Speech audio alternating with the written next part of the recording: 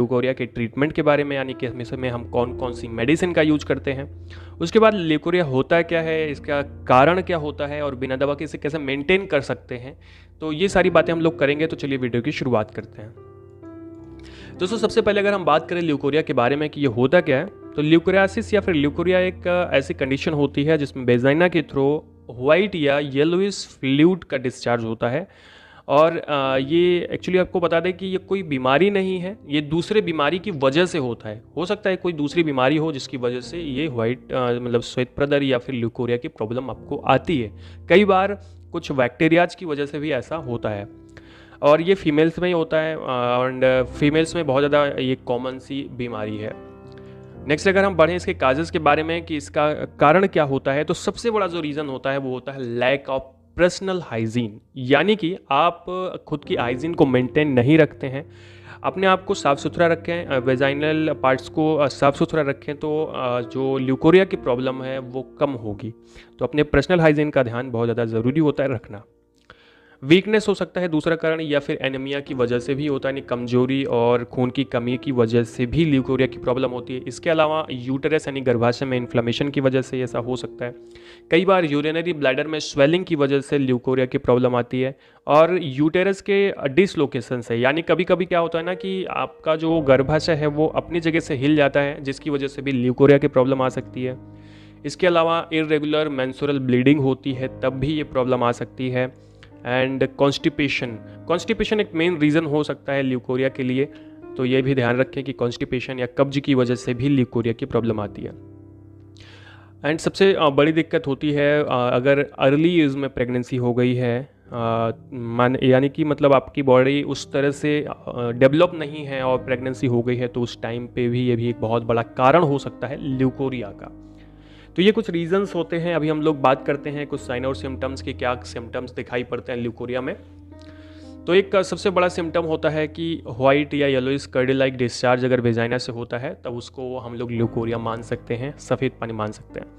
Vagina के side में या वेजाइना में ईचिंग होती है, जलन का अनुभव होता है, खुजली होती है, बर्निंग होती है, तो ये सारी सिम्टम्स दिखाई पड़ते हैं। इसके अलावा वीकनेस महसूस हो सकती है, आपको कमजोरी महसूस हो सकती है, डिजीनेस महसूस हो सकती है, यानी कि आपको चक्कर आ सकता है, ये भी हो सकता है। इसके अलावा जो मेंस्ट्रुअल साइकिल है, मासिक धर्म है, वो डिस्टर्ब हो सकता है, वो इरेगुलर हो सकता है, और ये भी इसके साइन और सिम्टम्स में आता है। इसके अलावा एनोरेक्सिया यानी भूख ना लगना, आपको भूख नहीं लगती है अगर ल्यूकोरिया की प्रॉब्लम आई है तो।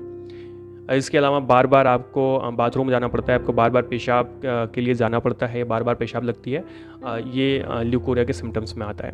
इसके अलावा डिस्मेनोरिया भी ल्यूकोरिया के अंतर्गत आ जाएगा, यानी कि ल्यूकोरिया के सिम्टम्स में आ जाएगा। तो ये सारे कुछ ऐसे कॉमन से सिम्टम्स होते हैं जो ल्यूकोरिया में दिखाई पड़ते हैं। इसके अलावा भी कुछ सिम्टम्स हो सकते हैं जो man to actually women to women vary करते हैं, जो आपको दिखाई पड़ सकते हैं।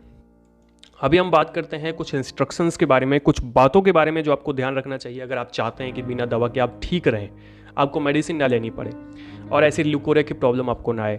तो सबसे पहली चीज़ तो आपको बता दें कि इंस्ट्रक्शन में सबसे पहली इंस्ट्रक्शन तो जो इलाज कर रहे हैं उनके लिए है, और जो मेडिसिन अपने आप लेने की सोच रहे हैं उनके लिए भी है। मेडिसिन कभी भी अपने आप नहीं लेनी चाहिए, अपने आप को डॉक्टर से कंसल्ट जरूर करना चाहिए अपनी बीमारी के बारे में, क्योंकि वो रीज़न चेक करते हैं। यानी कि आपको मैंने बताया कि ल्यूकोरिया जो है वो एक ऐसी प्रॉब्लम है जो किसी दूसरे बीमारी की वजह से हो सकती है, तो आखिर रीज़न क्या है, उस रीज़न का इलाज किया जाए ल्यूकोरिया में तो ये जल्दी सही होता है।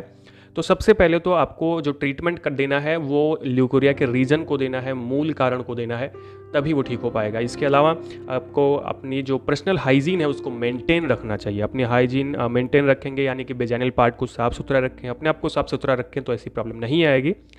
इसके अलावा खुली हवा में टहलना चाहिए, खुली हवा में थोड़ा सुबह और शाम आपको बाहर निकलना चाहिए, इससे आपकी बॉडी मेंटेन होती है और ये सबके लिए है। इसके अलावा आप एक्सरसाइज भी कर सकते हैं, थोड़ा बहुत व्यायाम करना भी आपके लिए सेहतमंद हो सकता है।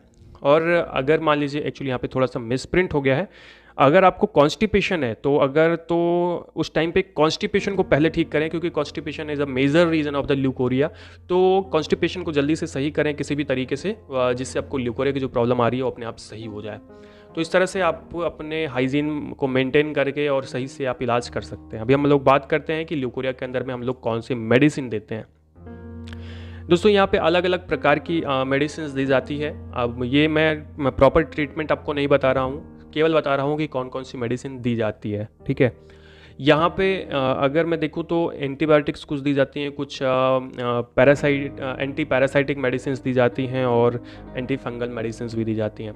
तो यहाँ पे ऑर्निडाजोल दिया जाता है, या ऑर्निडाजोल के स्थान पर मेट्रोनिडाजोल का भी यूज किया जाता है 500 mg, और इसके साथ में लिवोफ्लॉक्सासिन या ओफ्लॉक्सासिन का यूज करते हैं 250 mg, जो कि बीडी दिया जाता है, यानी सुबह और शाम पेशेंट को दिया जाता है, और ये ट्रीटमेंट 7 दिन तक चलता है।